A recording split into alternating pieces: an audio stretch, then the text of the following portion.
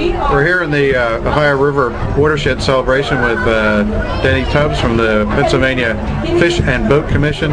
Denny, how has the quality of the river changed over the years? You were telling me a little while ago about a story about you and your brother when you were little. Well, the rivers have changed quite a bit. In the 60s with my older brother, we used to come down and ride on Gateway Clipper Fleet, good ship lollipop.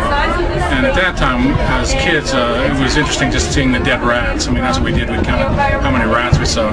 We didn't see too many anglers or boaters on the water, but it wasn't good at that time. I mean, there were carp and catfish at the time, and actually the low point of the river was late 60s, early 70s, where in the studies they found about 6 species of fish in the rivers.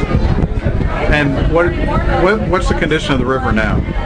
Well, now in our latest studies, actually we used this when we did studies every year on the rivers, and the species would fluctuate what we would find on the rivers until the mid-90s, whenever the species stayed pretty constant.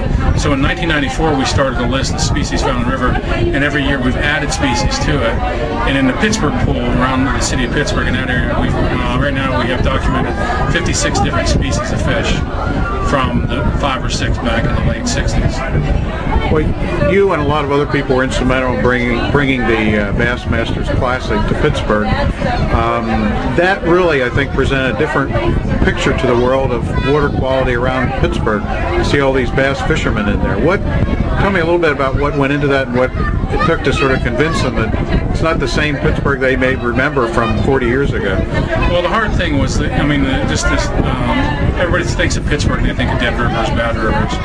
So presenting them the facts, pictures of anglers catching fish, our Fish and Boat Commission study reports. I mean, eventually they got the idea, even had to take people on the river to fish to convince them that there are fish here. But none of that would have been possible without the watershed groups in Western PA. I mean, if you talk to anybody, there's no way to really clean up a big river, but if you clean up all the tributaries, and that's what it is. There's thousands of people in Western Pennsylvania. They're the ones that really made it possible for the Bassmasters to come, because they cleaned up all their little streams by their houses. Or you may not think you're doing much with the little stream out behind your house you step across, but you clean that up, and another group cleans the next one, and the next one, and the next one, and eventually they all run into the big rivers, and then the big river comes along behind everything.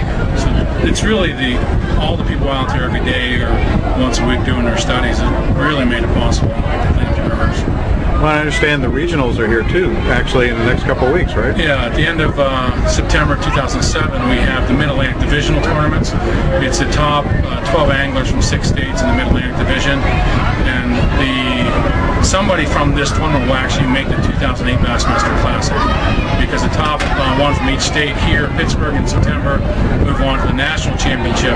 Then the top one out of the Mid-Atlantic Divisional at the national tournament will make the Bassmaster Classic. So we do have a classic contender that will be here fishing September 26th, 27th, and 28th. Well, that's terrific. Denny, thanks very much. Thank you.